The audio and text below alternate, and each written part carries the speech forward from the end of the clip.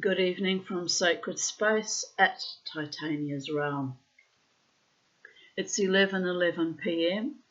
on the 25th of June 2025, and 11:11 are angel number sequences if you believe in that kind of thing. So make a wish. I won't bother.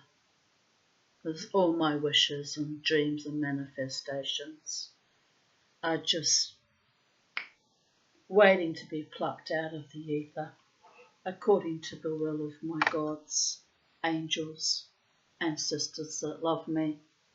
And I'm grateful and blessed.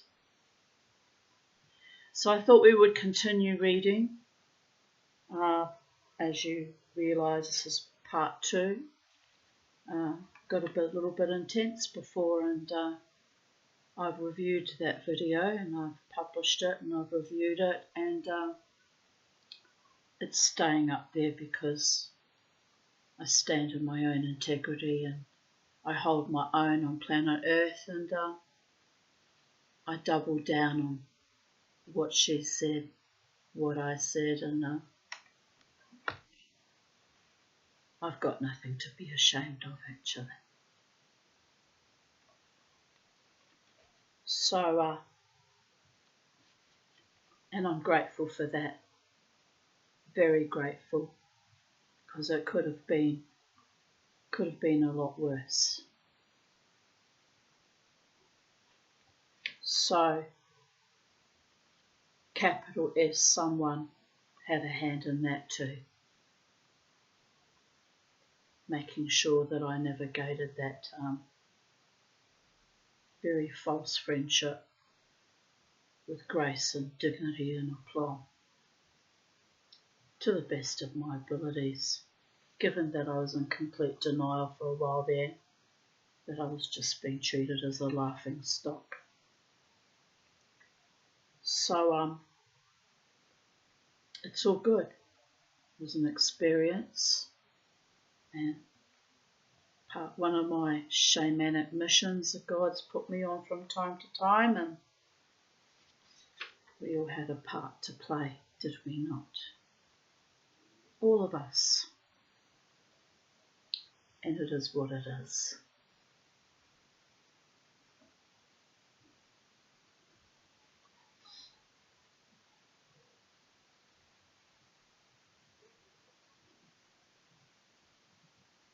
Just trying to find the part where I broke off, because my Kundalini did indeed start rising, and that's a concern for me when that happens. It's a limbic system overload or reaction. It's very frightening at times. It's happened on rare occasions, and it's not good when that occurs. So I'm calm and I'm resolute and contented, and it's a good time to continue with the story. I won't be reading for too long because, it's already now 11:15 p.m. and my cleaning lady comes tomorrow, and I have a debrief tomorrow as well. So I've got lots to do tomorrow, so I need to keep well rested and alert. Right,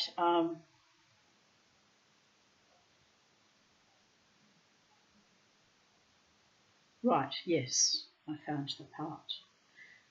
In the evening, the two men played piquet.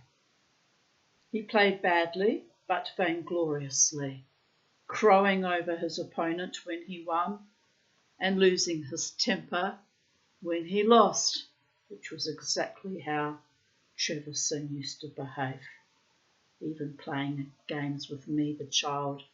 One time he threw a Monopoly set up in the air and stomped up and down on it like a petulant child. I was 7. I remember looking at him in astonishment. At that time he was 52. I remember thinking, who is the child in this equation here?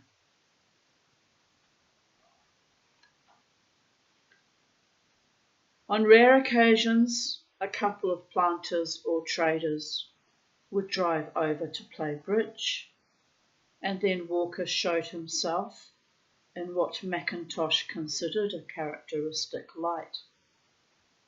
He played regardless of his partner, calling up in his desire to play the hand, and argued interminably, beating down opposition by the loudness of his voice. He constantly revoked, and when he did so, said with an ingratiating whine, "Oh, you wouldn't count it against an old man who can hardly see." Did he know that his opponents thought it as well to keep on the right side of him, and hesitated to insist on the rigour of the game?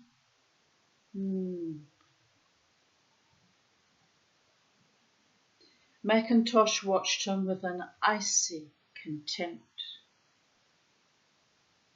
When the game was over, while they smoked their pipes and drank whiskey, they would begin telling stories. Walker told with gusto the story of his marriage. He had got so drunk at the wedding feast that the bride had fled, and he had never seen her since. He had had numberless adventures, commonplace and sordid, with the women of the island, and he described them with the pride in his own prowess, which was an offence to Mackintosh's fastidious ears. He was a gross, sensual old man. He thought Mackintosh a poor fellow because he would not share his promiscuous amours, and remained sober when the company was drunk. He despised him also for the orderliness with which he did his official work. Mackintosh liked to do everything just so. His desk was always tidy, his papers were always neatly docketed, he could put his hand on any document that was needed, and at his fingers' ends all the regulations that were required for the business of their administration. "Fudge, fudge," said Walker. "I've run this island for 20 years without red tape, and I wouldn't want it now." "Does it make it any easier for you that when you want a letter you have to hunt half an hour for it?" answered Mackintosh. "You're nothing but a damned official, but you're not a bad fellow. When you've been out here a year or two, you'll be all right. What's wrong about you is that you won't drink. You wouldn't be a bad sort if you got soused once a week." The curious thing was that Walker remained perfectly unconscious of the dislike for him which every month increased in the breast of his subordinate. Although he laughed at him, as he grew accustomed to him, he began almost to like him.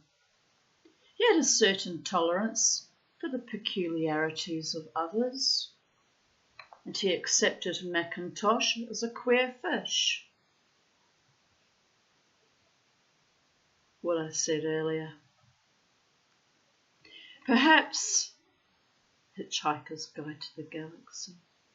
You have to be a hitchhiker to get through this life, people of Earth. Someone's got to lift you up on their shoulders, high and dry and fucking wry. But thanks for the fish, and fuck off. That's for my enemies, not, you know. the earth angels and the sweethearts and the darlings and the sincere and kind and honouring people. You're out there, people of earth. You're out there. I know that. It's not all bad.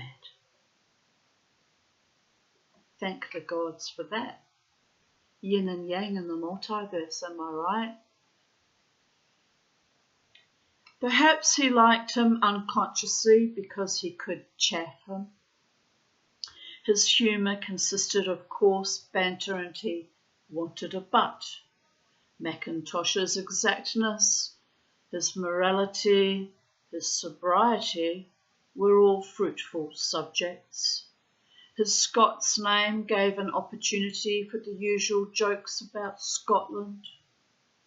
He enjoyed himself thoroughly when 2 or 3 men were there, and he would make them all laugh at the expense of Mackintosh.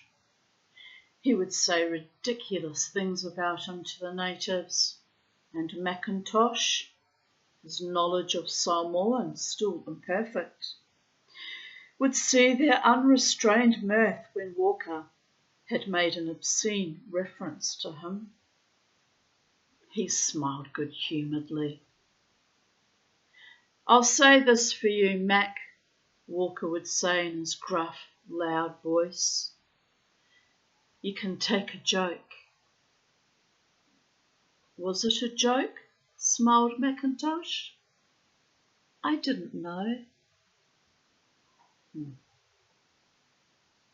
"Scots whahe," shouted Walker, with a bellow of laughter.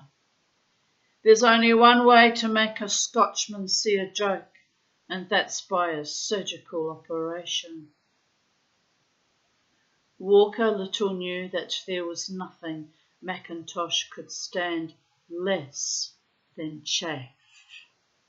He would wake in the night, the breathless night of the rainy season, and brood sullenly over the jibe that Walker had uttered carelessly days before. It rankled.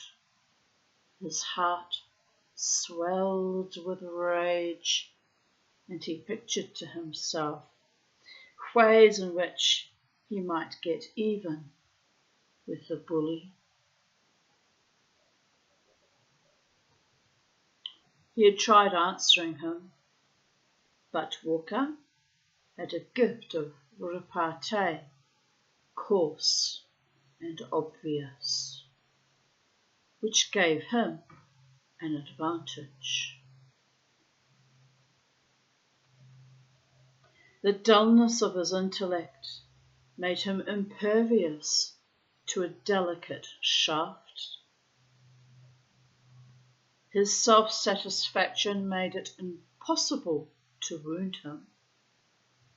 His loud voice, his bellow of laughter, were weapons against which Mackintosh had nothing to counter, and he learned that the wisest thing was never to betray his irritation.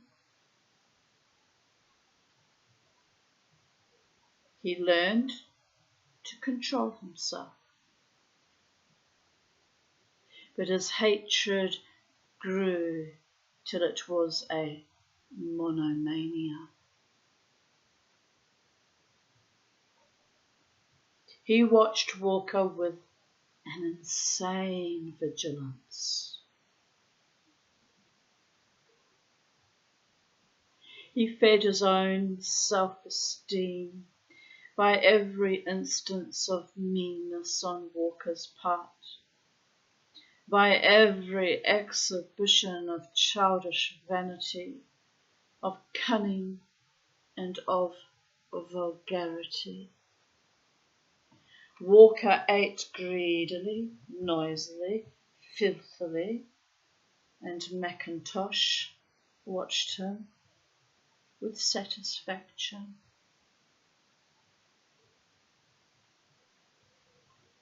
He took note of the foolish things he said, and of his mistakes in grammar. He knew that Walker held him in small esteem, and he found a bitter satisfaction in his chief's opinion of him. It increased his own contempt for the narrow, complacent old man.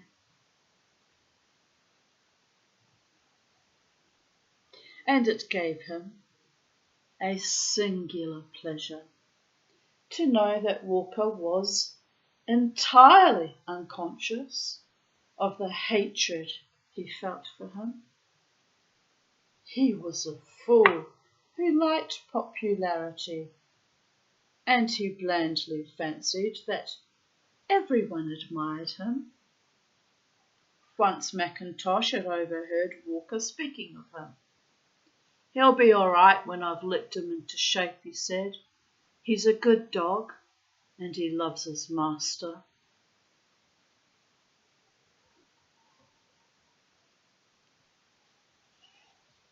Mackintosh silently, without a movement of his long, sallow face, laughed long and heartily. But his hatred was not blind. On the contrary, it was peculiarly clear-sighted, and he judged Walker's capabilities with precision. He ruled his small kingdom with efficiency. He was just and honest. With opportunities to make money, he was a poorer man than when he was first appointed to his post, and his only support for his old age was the pension which he expected when at last he retired from official life. His pride was that, with an assistant and a half-caste clerk, he was able to administer the island more competently than Upolu, the island of which Apia is the chief town, was administered with its army of functionaries. He had a few native policemen to sustain his authority, but he made no use of them. He governed by bluff and his Irish humour. So he can't have been one of the, Samoan chiefs as in kings of the island. They're talking about a chief as in the boss of the administration or something. So I totally got that balls up. Didn't know people have explained why he had blue eyes and was a white man. I was terribly confused by all of that in the previous video. You see, the truth always comes out in the end. Just have to read on, live through it, wait.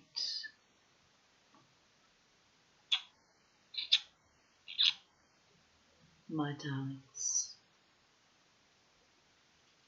They insisted on building a jail for me, he said. What the devil do I want a jail for?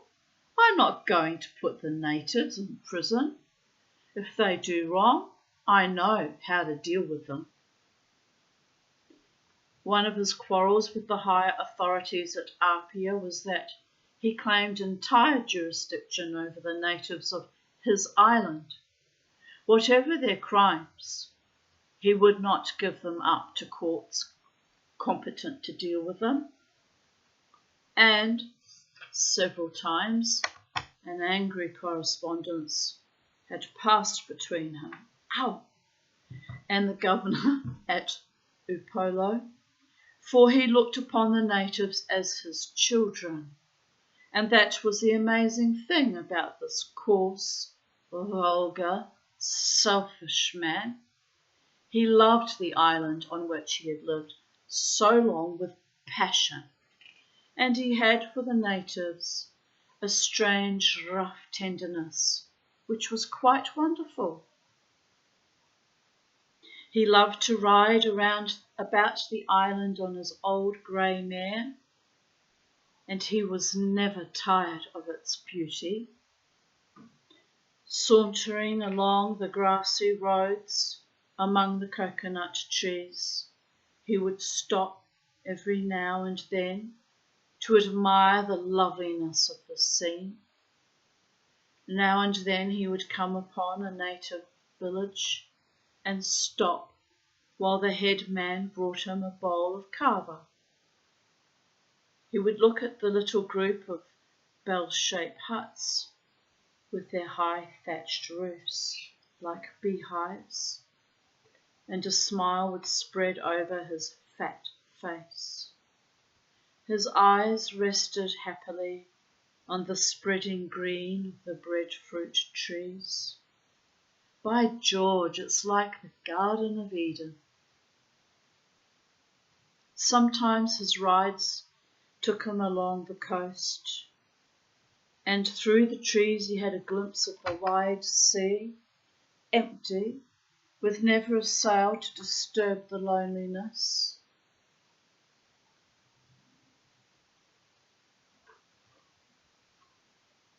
Sometimes he climbed a hill so that a great stretch of country with little villages, nestling among the tall trees, was spread out before him like the kingdom of the world, and he would sit there for an hour in an ecstasy of delight. But he had no words to express his feelings, and to relieve them would utter an obscene jest. It was as though his emotion was so violent that he needed vulgarity to break the tension. Yes, I understand that. I can be a bit like that at times too. Mackintosh observed the sentiment with an icy disdain. Walker had always been a heavy drinker.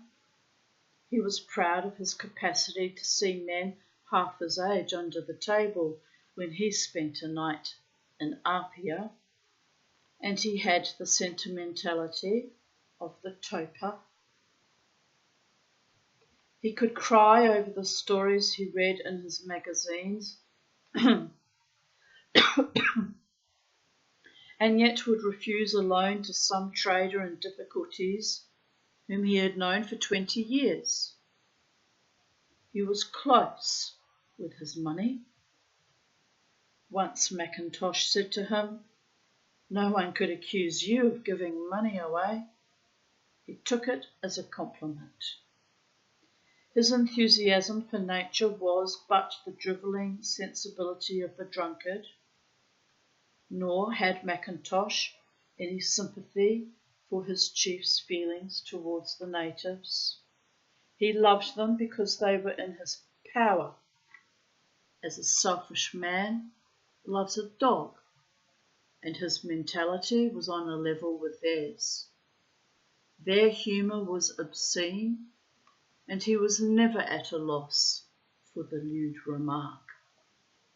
He understood them, and they understood him. He was proud of his influence over them. He looked upon them as his children, and he mixed himself in all their affairs. But he was very jealous of his authority. If he ruled them with a rod of iron, brooking no contradiction, he would not suffer any of the white men on the island to take advantage of them. He watched the missionaries suspiciously, and if they did anything of which he disapproved, was able to make life so unendurable to them that if he could not get them removed, they were glad to go of their own accord.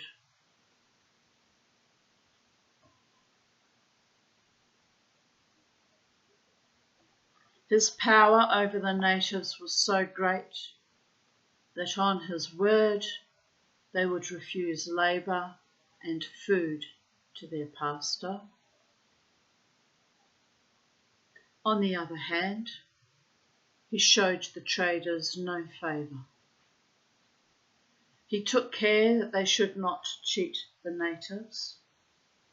He saw that they got a fair reward for their work and their copra, and that the traders made no extravagant profit on the wares they sold them.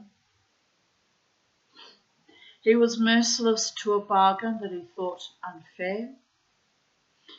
Sometimes the traders would complain at Apia that they did not get fair opportunities. They suffered for it.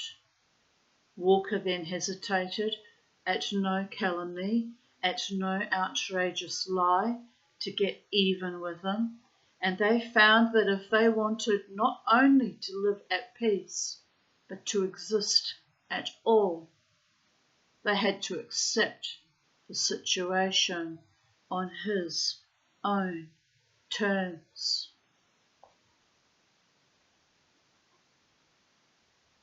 More than once, the store of a trader obnoxious to him had been burned down, and there was only the appositeness of the event to show that the administrator had instigated it.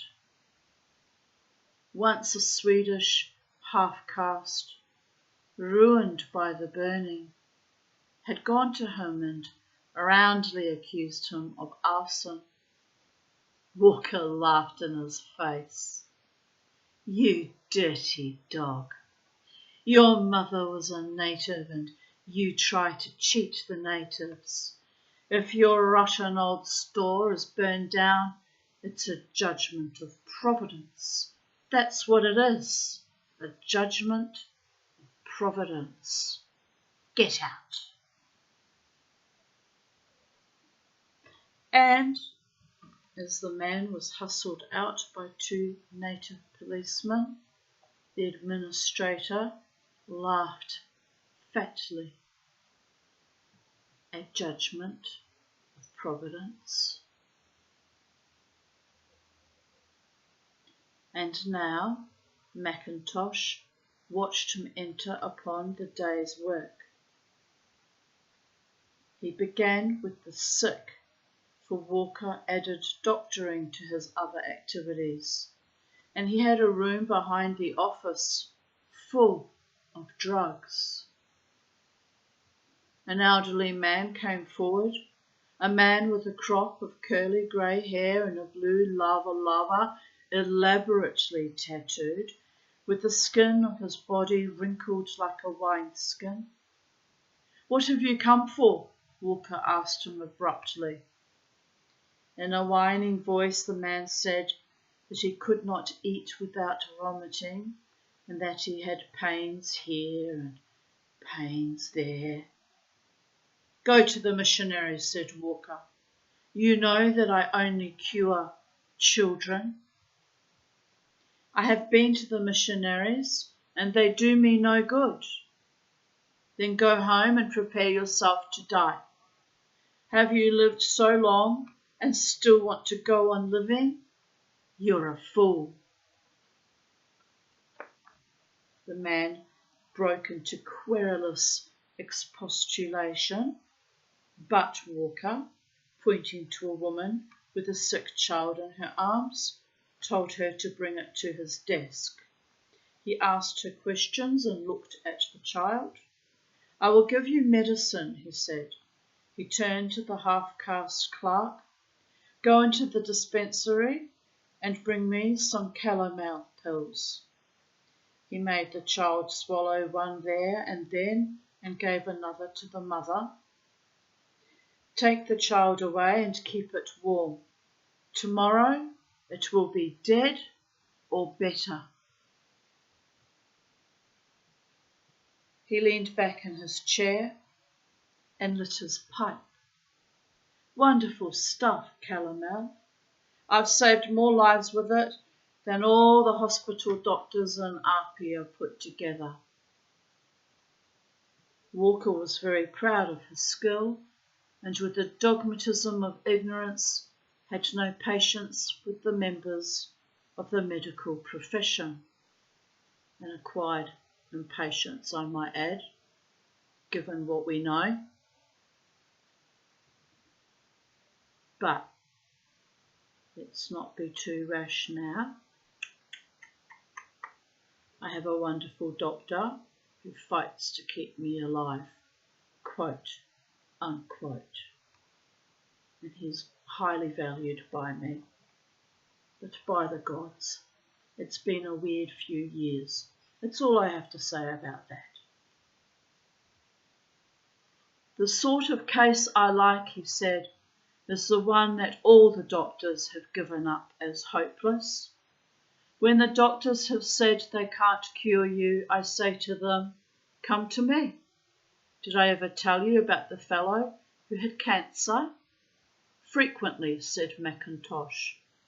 I got him right in 3 months. You've never told me about the people you haven't cured. He finished this part of the work and went on to the rest. It was a queer medley. There was a woman who could not get on with her husband, and a man who complained that his wife had run away from him. Lucky dog, said Walker. Most men wish their wives would too.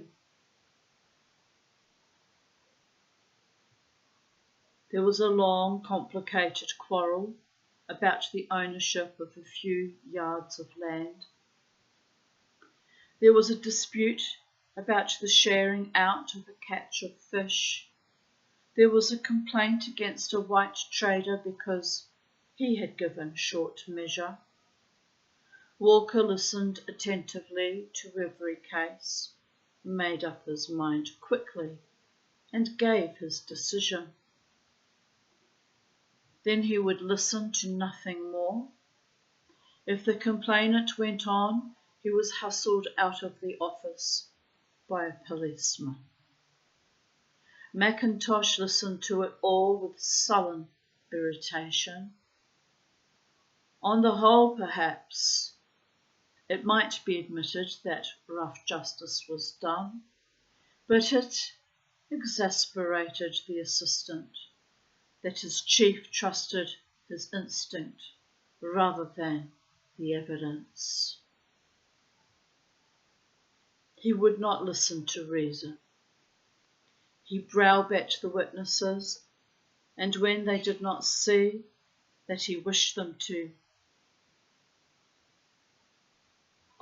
and when he did not see that he wished them to, pause, should be a comma there, called them thieves and liars. He left to the last a group of men who were sitting in the corner of the room. He had deliberately ignored them. The party consisted of an old chief, a real chief this time by the sounds of it,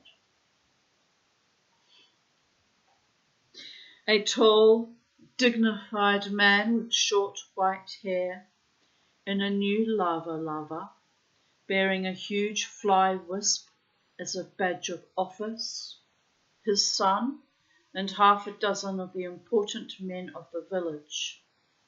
Walker had had a feud with them and had beaten them.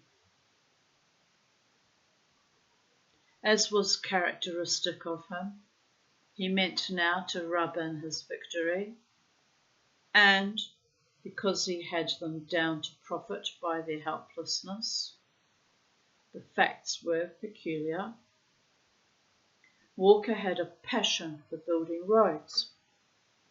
When he had come to Talua, there were but a few tracks here and there, but in course of time he had cut roads through the country, joining the villages together, and it was to this that a great part of the island's prosperity was due. Whereas in the old days it had been impossible to get the produce of the land, copra chiefly, down to the coast, where it could be put on schooners or motor launches, and so taken to Apia. Now transport was easy and simple.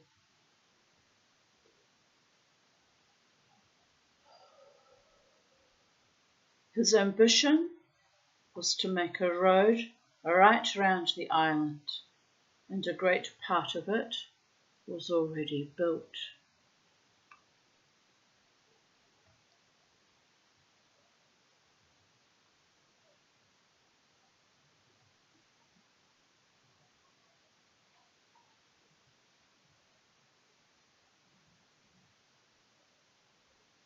In 2 years I shall have done it, and then I can die or they can fire me.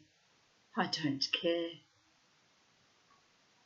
His roads were the joy of his heart, and he made excursions constantly to see that they were kept in order. They were simple enough, wide tracks, grass covered, cut through the scrub or through the plantations. But trees had to be rooted out, rocks dug up or blasted, and here and there levelling had been necessary. He was proud that he had surmounted by his own skill such difficulties as they presented. He rejoiced in his disposition of them, so that they were not only convenient, but showed off the beauties of the island which his soul loved. When he spoke of his roads, he was almost a poet. They meandered through those lovely scenes, and Walker had taken care that here and there they should run in a straight line, giving you a green vista through the tall trees, and here and there should turn and curve so that the heart was rested by the diversity. It was amazing that this coarse and sensual man should exercise so subtle an ingenuity to get the effects which his fancy suggested to him. He had used in making his roads all the fantastic skill of a Japanese gardener. He received a grant from headquarters for the work, but took a curious pride in using but a small part of it, and the year before had spent only £100 of the 1,000 assigned to him. What do they want money for, he boomed. They'll only spend it on all kinds of muck they don't want. Watch the missionaries leave them, that is to say. Pardon me. For no particular reason, except perhaps pride in the economy of his administration and the desire to contrast his efficiency with the wasteful methods of the authorities at Apia, he got the natives to do the work he wanted for wages that were almost nominal. It was owing to this that he had lately had difficulty with the village whose chief men now were come to see him.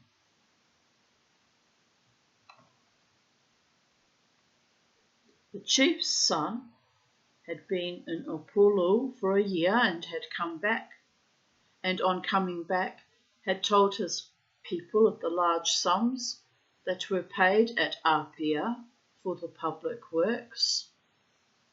In long idle talks he had inflamed their hearts with the desire for gain.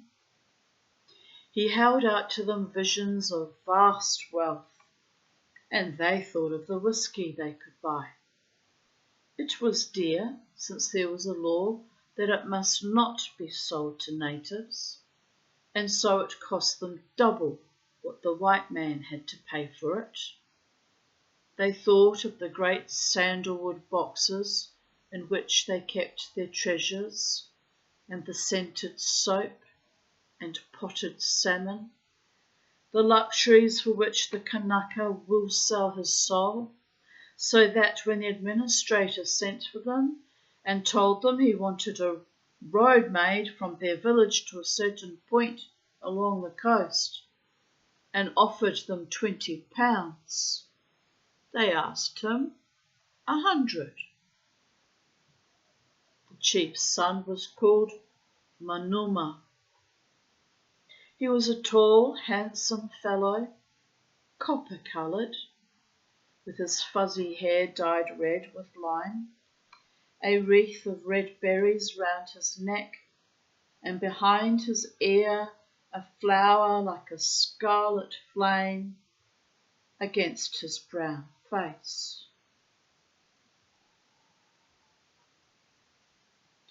The upper part of his body was naked, but to show that he was no longer a savage, since he had lived in Apia, he wore a pair of dungarees instead of a lava. He told them that if they held together, the administrator would be obliged to accept their terms. His heart was set on building the road, and when he found they would not work for less, he would give them what they asked. But they must not move. Whatever they said, they must not abate their claim. They had asked 100, and that they must keep to. When they mentioned the figure, Walter burst into a shout of his long, deep-voiced laughter. He told them not to make fools of themselves, but to set about the work at once. Because he was in a good humour that day, he promised to give them a feast when the road was finished. But when he found that no attempt was made to start work, he went to the village and asked the men what silly game they were playing. Manuma had coached them well. They were quite calm. They did not attempt to argue, and argument is a passion with the Kanaka. They merely shrugged their shoulders. They would do it for £100, and if he would not give them that, they would do no work. He could please himself. They did not care. Then Walker flew into a passion. He was ugly then. His short, fat neck, swelled ominously. His red face grew purple. He foamed at the mouth. He set upon the natives with invective. He knew well how to wound and how to humiliate. He was terrifying.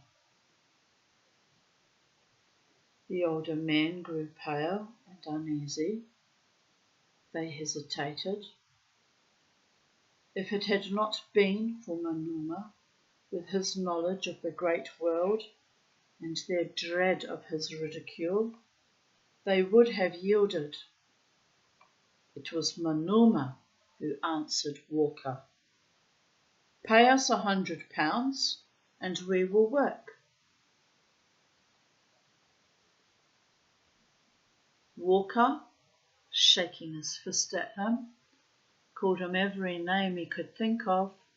He riddled him with scorn. Manuma sat still and smiled. There may have been more bravado than confidence in his smile, but he had to make a good show before the others. He repeated his words.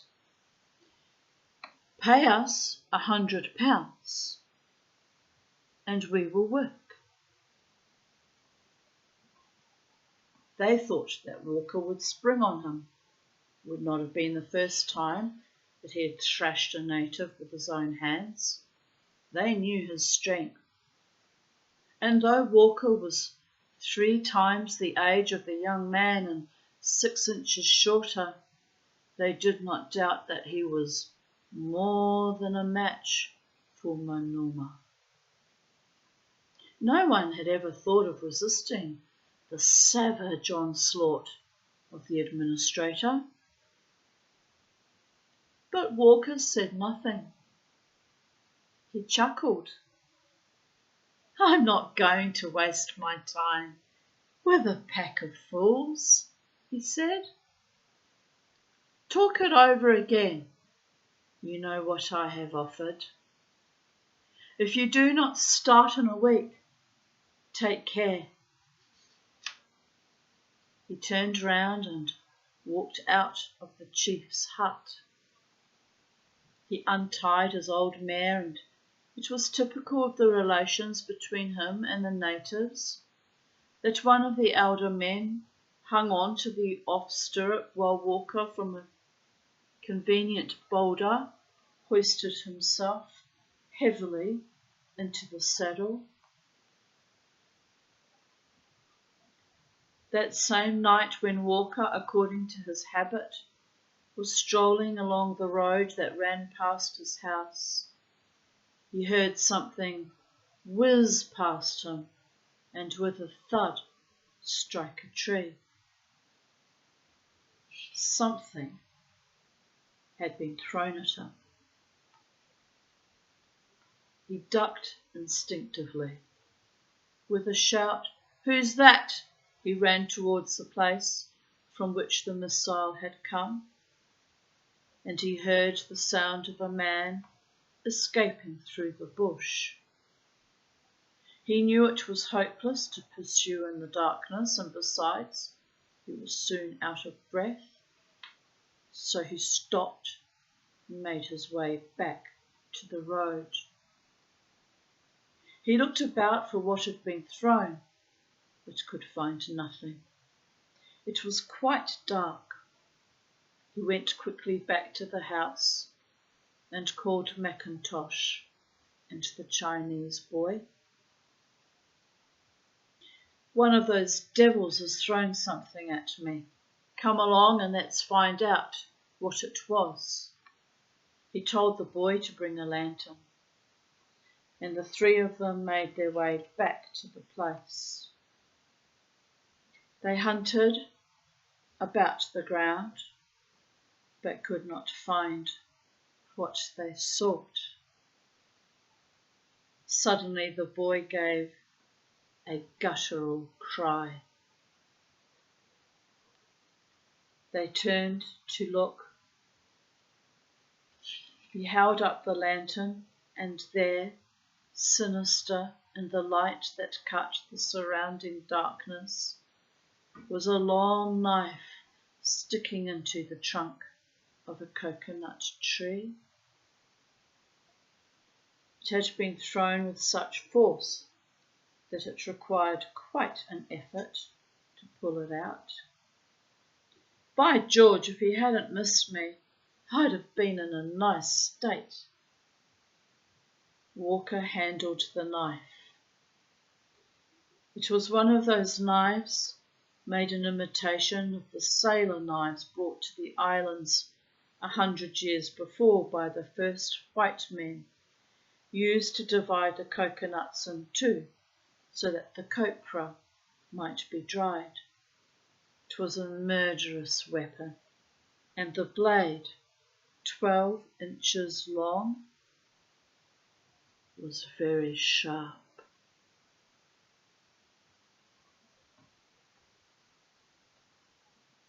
Walker chuckled softly. The devil, the impudent devil. He had no doubt it was Manuma who had flung the knife. He had escaped death by 3 inches. He was not angry.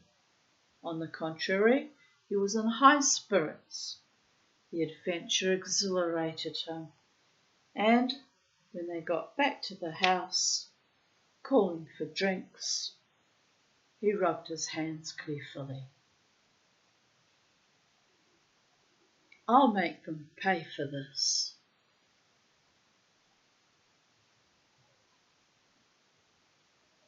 His little eyes twinkled. He blew himself out like a turkey cock, and for the second time within half an hour insisted on telling Mackintosh every detail of the affair. Then he asked them to play piquet, and when they've played, he boasted of his intentions. Mackintosh listened with tightened lips. "But why would you grind them down like this?" he asked. £20 is precious little for the work you want them to do. They ought to be precious thankful I give them anything. Hang it all, it's not your own money. The government allots you a reasonable sum. They won't complain if you spend it.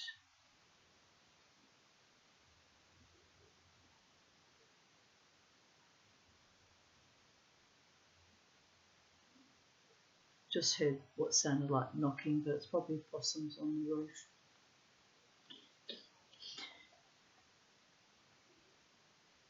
They're a bunch of fools at Apia.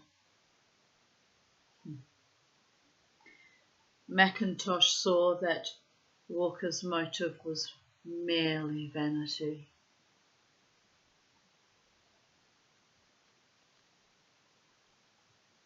He shrugged his shoulders.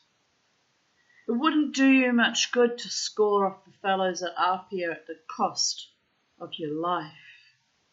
Indeed. Bless you. They wouldn't hurt me, these people. They couldn't do without me. They worship me. Manuma is a fool. He only threw that knife to frighten me. The next day Walker rode over again to the village. It was called Matautu. He did not get off his horse. When he reached the chief's house, he saw that the men were sitting round the floor in a circle talking, and he guessed they were discussing again the question of the road. The Samoan huts are formed in this way. Trunks of slender trees are placed in a circle at intervals of perhaps 5 or 6 feet. A tall tree is set in the middle, and from this downward slopes the thatched roof. Venetian blinds of coconut leaves can be pulled down at night or when it is raining. Ordinarily the hut is open all round so that the breeze can blow through freely. Walker rode to the edge of the hut and called out to the chief. "Oh there, Tangatu, your son left his knife in a tree last night. I have brought it back to you."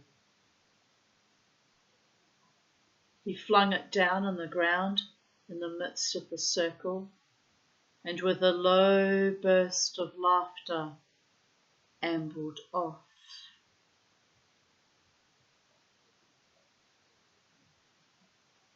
On Monday he went out to see if they had started work.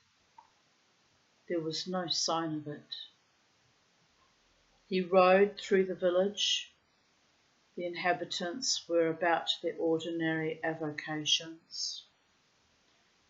Some were weaving mats of the pandanus leaf. One old man was busy with a kava bowl. The children were playing. The women went about their household chores. Walker, a smile on his lips, came to the chief's house. "Talofa, Lee," said the chief. "Talofa," answered Walker. Manuma was making a net. He sat with a cigarette between his lips and looked up at Walker with a smile of triumph.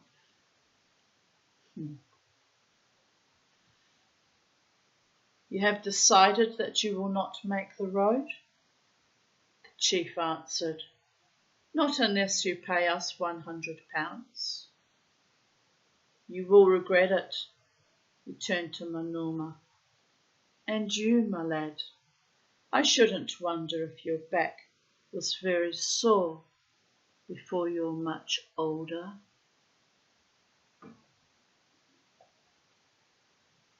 He rode away chuckling. He left the natives vaguely uneasy. They feared the fat, sinful old man, and neither the missionaries' abuse of him nor the scorn which Manuma had learnt in Apia made them forget that he had a devilish cunning, and that no man had ever braved him without, in the long run, suffering for it. They found out within 24 hours what scheme he had devised. It was characteristic. For next morning, a great band of men, women, and children came into the village, and the chief men said that they had made a bargain with Walker to build the road. He had offered them £20, and they had accepted. Now the cunning lay in this, that the Polynesians have rules of hospitality which have all the force of laws. An etiquette of absolute rigidity made it necessary for the people of the village not only to give lodging to the strangers, but to provide them with food and drink as long as they wished to stay. The inhabitants of Matautu or Matautu were outwitted. Every morning the workers went out on a joyous band, cut down trees, blasted rocks, levelled here and there, and then in the evening tramped back again and ate and drank, ate heartily, danced, sang hymns, and enjoyed life. For them it was a picnic. But soon their hosts began to wear long faces. The strangers had enormous appetites, and the plantains and the breadfruit vanished before their rapacity. The alligator pear trees, whose fruit sent to Apia might sell for good money, were stripped bare. Ruin stared them in the face, and then they found that the strangers were working very slowly. Had they received a hint from Walker that they might take their time? At this rate, by the time the road was finished, there would not be a scrap of food in the village. And worse than this, they were a laughing stock. When one or other of them went to some distant hamlet on an errand, he found that the story had got there before him, and he was met with derisive laughter. There is nothing the Kanaka can endure less than ridicule. It was not long before much angry talk passed among the sufferers. Manuma was no longer a hero. He had to put up with a good deal of plain speaking, and one day what Walker had suggested came to pass.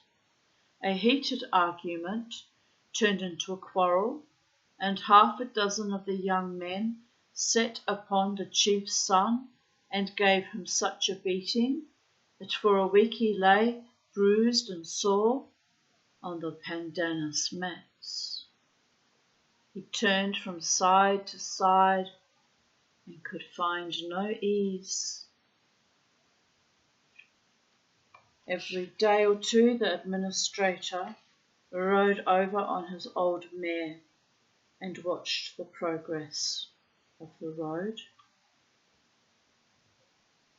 He was not a man to resist the temptation of taunting the fallen foe, and he missed no opportunity to rub into the shamed inhabitants of Matautu the bitterness of their humiliation. He broke their spirit. And one morning, putting their pride in their pockets, a figure of speech, since pockets they had not, they all set out with the strangers and started working on the road.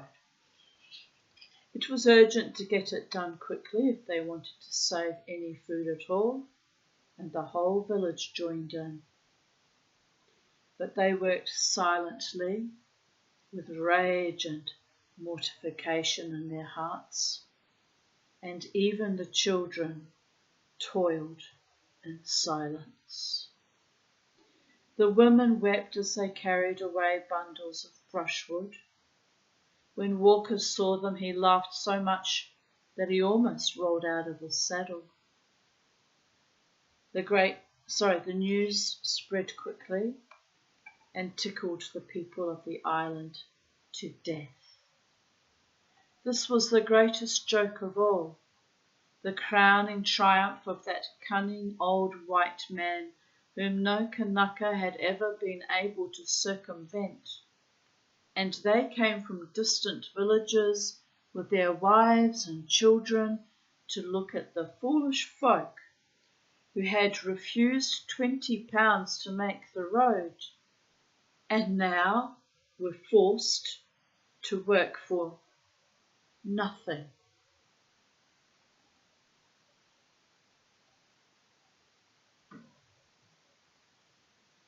But the harder they worked, the more easily went the guests.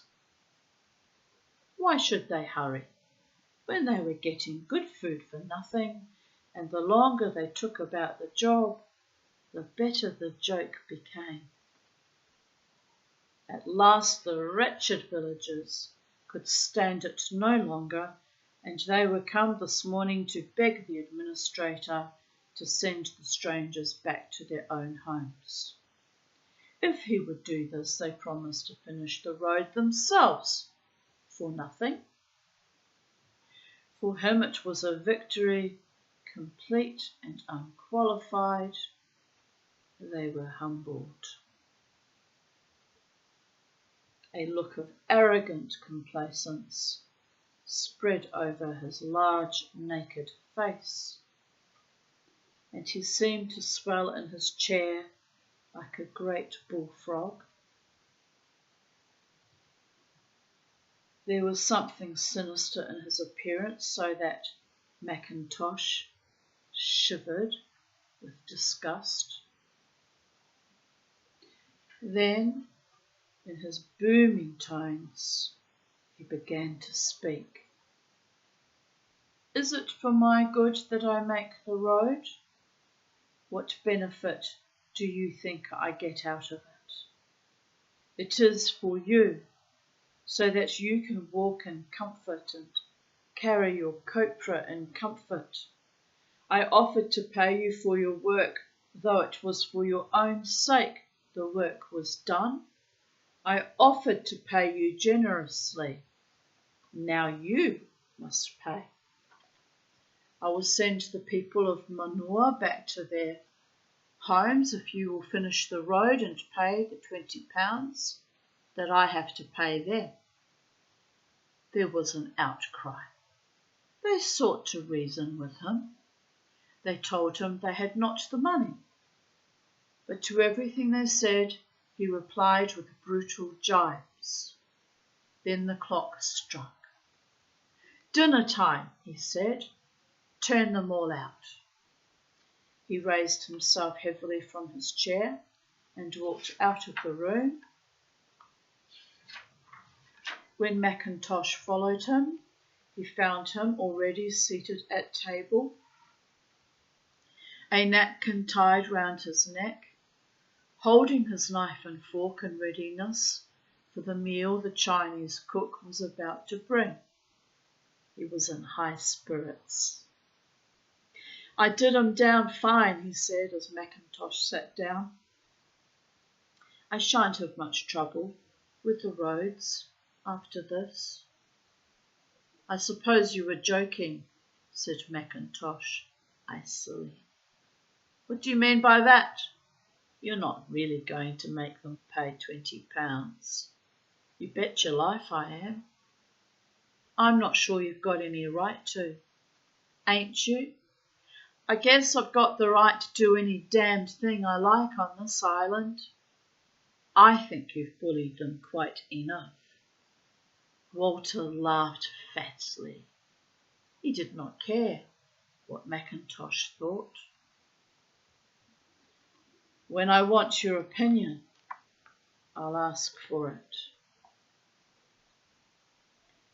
Mackintosh grew very white. He knew by bitter experience that he could do nothing but keep silence, and the violent effort at self-control made him sick and faint. He could not eat the food that was before him, and with disgust he watched Walter shovel meat into his vast mouth. He was a dirty feeder, and to sit at table with him needed a strong stomach. Mackintosh shuddered. A tremendous desire seized him to humiliate that gross and cruel man. He would give anything in the world to see him in the dust, suffering as much as he had made others suffer. He had never loathed the bully with such loathing as now. The day wore on. Mackintosh tried to sleep after dinner, but the passion in his heart prevented him. He tried to read, but the letters swam before his eyes. The sun beat down pitilessly, and he longed for rain, but he knew that rain would bring no coolness. It would only make it hotter and more steamy. He was a native of Aberdeen, and his heart yearned suddenly for the icy winds that whistled through the granite streets of that city. Here he was a prisoner, imprisoned not only by that placid sea, but by his hatred for that horrible old man. He pressed his hands to his aching head. He would like to kill him. But he pulled himself together. He must do something to distract his mind, and since he could not read, he thought he would set his private papers in order. It was a job which he had long meant to do and which he had constantly put off. He unlocked the drawer of his desk and took out a handful of letters. He caught sight of his revolver. An impulse no sooner realized than set aside to put a bullet through his head and so escape from the intolerable bondage of life flashed through his mind. He noticed that in the damp air the revolver was slightly rusted, and he got an oil rag and began to clean it. It was while he was thus occupied that he grew aware of someone slinking round the door. He looked up and called, "Who was there?" There was a moment's pause, then Manuma showed himself. "What do you want?" The chief's son stood for a moment, sullen and silent, and when he spoke, it was with a strangled voice. We can't pay £20. We don't have the money. What am I to do? Said Mackintosh. You heard what Mr. Walker said. Manuma began to plead, half in Samoan and half in English. It was a sing-song whine with the quavering intonations of a beggar, and it filled Mackintosh with disgust. It outraged him that the man should let himself be so crushed. He was a pitiful object. I can do nothing, said Mackintosh irritably. You know that Mr. Walker is master here. Manuma was silent again. He still stood in the doorway.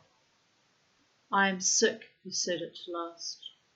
Give me some medicine. What is the matter with you? I do not know. I am sick. I have pains in my body. Don't stand there, said Mackintosh sharply. Come in and let me look at you. Manuma entered the little room and stood before the desk. I have pains here and here.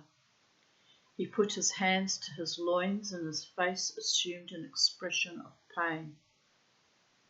Suddenly, Mackintosh grew conscious that the boy's eyes were resting on the revolver which he had laid on the desk when Manuma appeared in the doorway.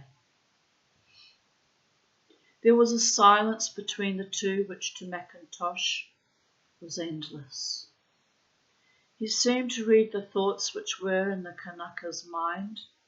His heart beat violently, and then he felt as though something possessed him, so that he acted under the compulsion of a foreign will.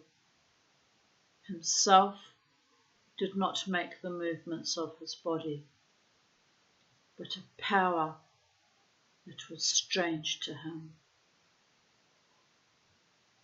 His throat was suddenly dry, and he put his hand to it mechanically in order to help his speech. He was impelled to avoid Manuma's eyes. Just stand here, he said. His voice sounded as though someone had seized him by the windpipe, and I'll fetch you something from the dispensary.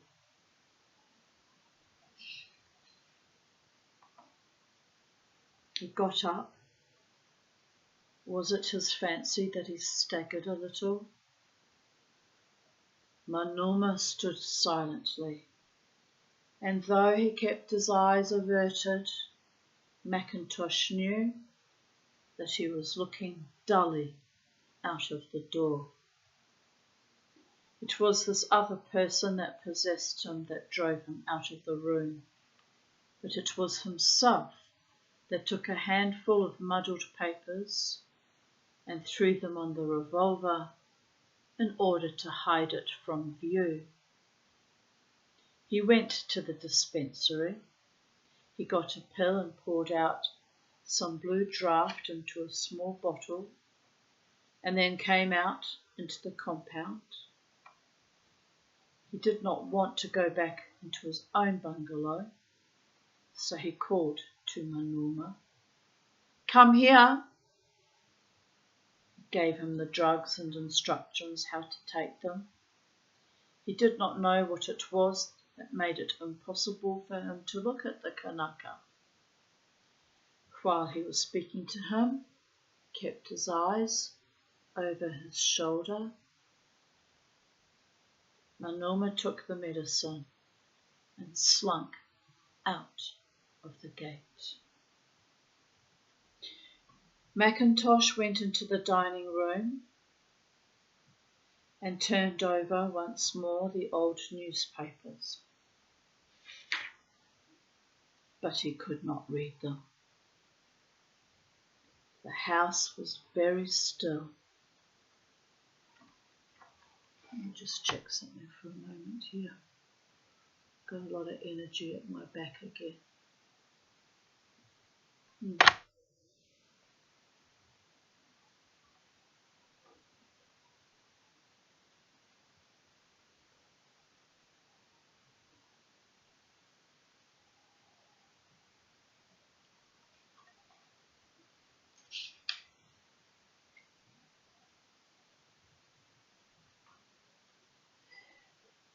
Walker was upstairs in his room asleep.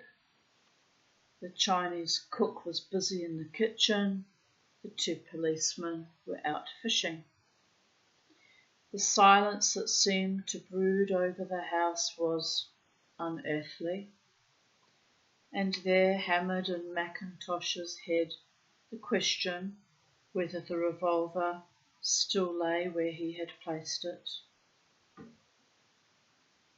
He could not bring himself to look. The uncertainty was horrible, but the certainty would be more horrible still. He sweated. At last he could stand the silence no longer, and he made up his mind to go down the road to the traders, a man named Jervis, who had a store about a mile away. He was a half-caste, but even that amount of white blood made him possible to talk to. He wanted to get away from his bungalow, with the desk littered with untidy papers, and underneath them something or nothing. He walked along the road. As he passed the fine hut of a chief, a greeting was called out to him. Then he came to the store. Behind the counter sat the trader's daughter, a swarthy, broad-featured girl in a pink blouse and a white drill skirt. Jarvis hoped he would marry her. He had money, and he had told Mackintosh that his daughter's husband would be well-to-do. She flushed a little when she saw Mackintosh. Father's just unpacking some cases that have come in this morning. I'll tell him you're here. He sat down and the girl went out behind the shop.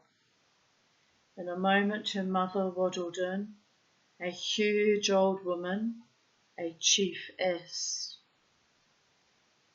who owned much land in her own right, and gave him her hand. Her monstrous obesity was an offence, but she managed to convey an impression of dignity.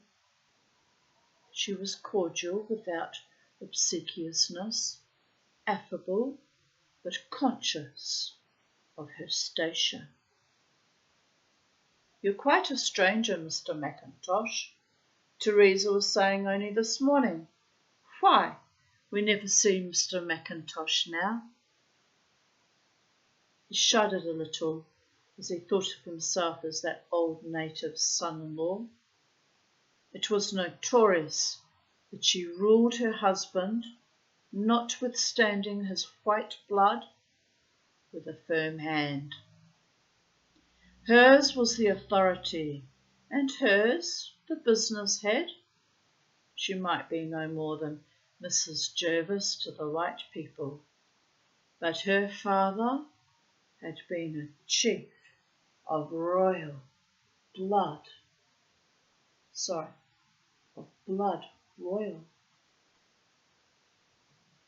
And his father and his father's father had ruled as kings. The trader came in, small beside his imposing wife, a dark man with a black beard going grey in ducks, with handsome eyes and flashing teeth. He was very British, and his conversation was slangy. but you felt he spoke English as a foreign tongue. With his family he used the language of his native mother. He was a servile man, cringing and obsequious. "Ah, Mr. Mackintosh, this is a joyful surprise. Get the whisky, Teresa. Mr. Mackintosh will have a gargle with us." He gave all the latest news of Apia, watching his guest's eyes the while, so that he might know the welcome thing to say.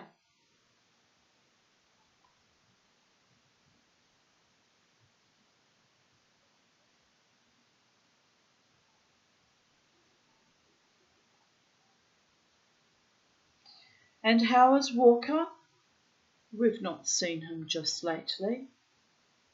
Mrs. Jervis is going to send him a sucking pig one day this week." "I saw him riding home this morning," said Teresa. "Here's how," said Jervis, holding up his whisky. Mackintosh drank.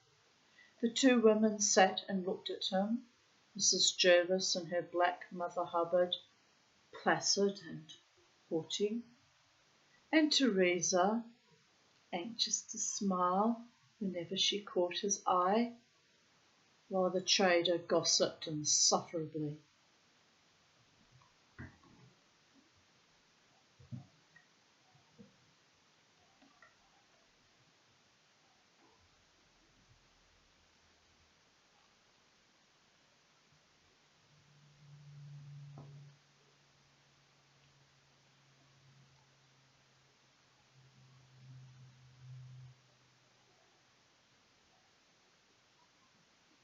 They were saying in Apia it was about time Walker retired. He ain't so young as he was. Things have changed since he first come to the islands, and he ain't changed with them. "He'll go too far," said the old chiefess. "The natives aren't satisfied." "That was a good joke about the road," laughed the trader. "When I told them about it in Apia, they fair split their sides with laughing. Good old Walker."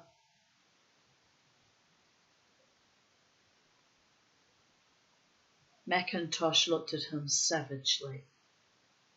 What did he mean by talking of him in that fashion? To a half-caste trader he was Mr. Walker. It was on his tongue to utter a harsh rebuke for the impertinence. He did not know what held him back. "When he goes, I hope you'll take his place, Mr. Mackintosh," said Jervis. "We all like you on the island. You understand the natives. They're educated now. They must be treated differently to the old days. It wasn't an educated man. It wants an educated man to be an administrator now. Walker was only a trader, same as I am." Teresa's eyes glistened. "When the time comes, if there's anything anyone can do here, you bet your bottom dollar we'll do it. I'll get all the chiefs to go over to Apia and make a petition." Mackintosh felt horribly sick. It had not struck him that if anything happened to Walker, it might be he who would succeed him.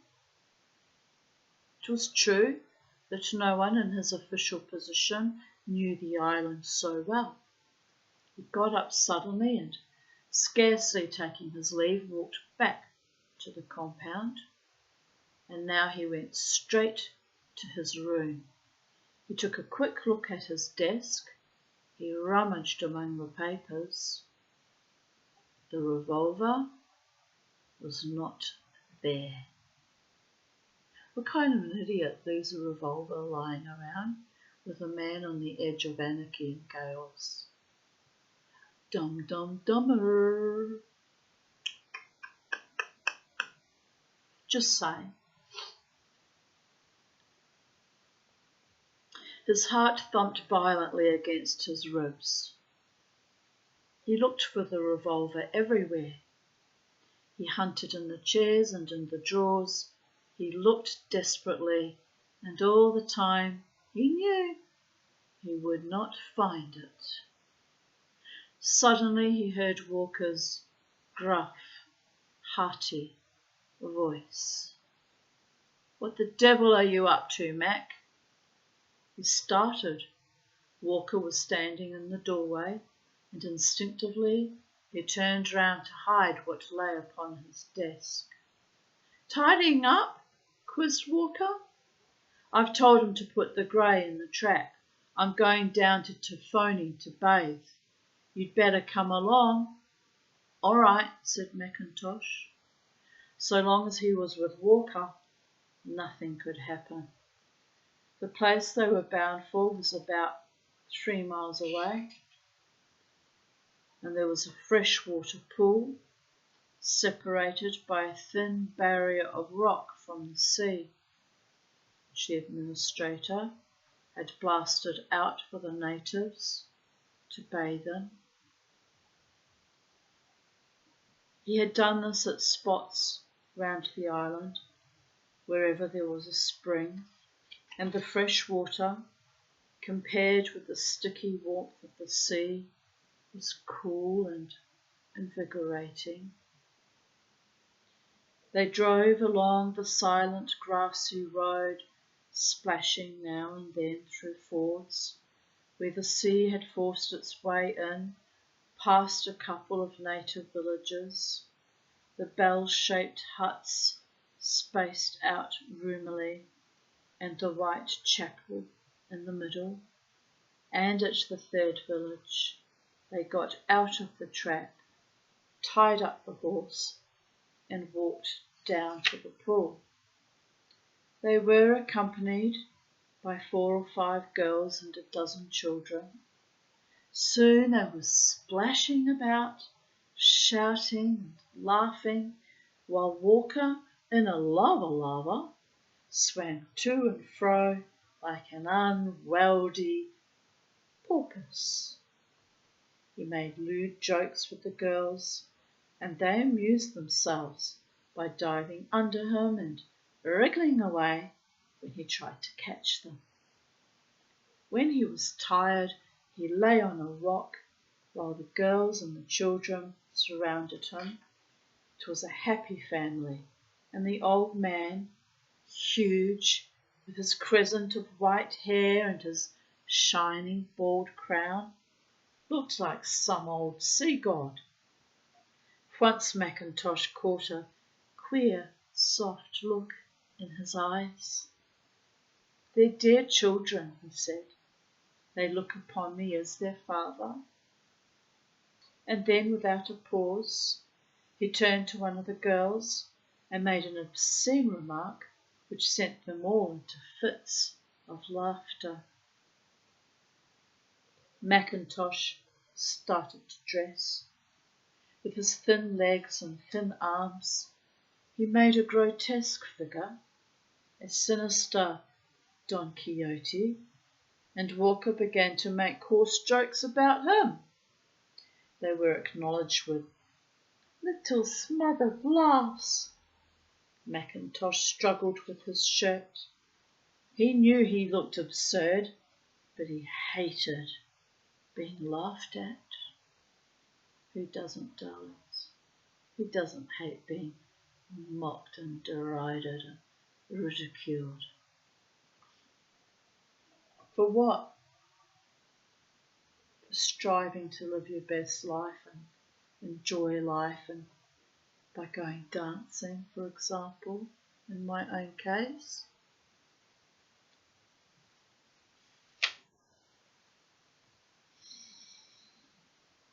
He stood silent and glowering. If you want to get back in time for dinner, you ought to come soon. You're not a bad fellow, Mac, only you're a fool. When you're doing one thing, you always want to do another. That's not the way we live. I'm getting very tired now. Right. Only got about 6 more pages to go. But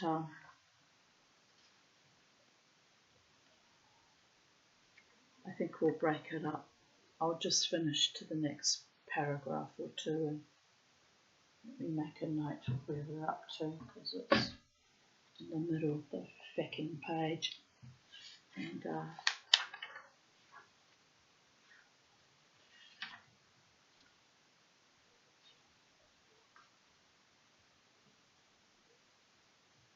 we'll just leave it there. No, we won't. We'll finish that paragraph. But all the time he raised himself slowly to his feet and began to put on his clothes. They sauntered back to the village, drank a bowl of kava with the chief, and then, after a joyful farewell from all the lazy villagers, drove home. After dinner, according to his habit, Walker, lighting his cigar, prepared to go for a stroll. Mackintosh was suddenly seized with fear. I'm just going to, we'll stop there.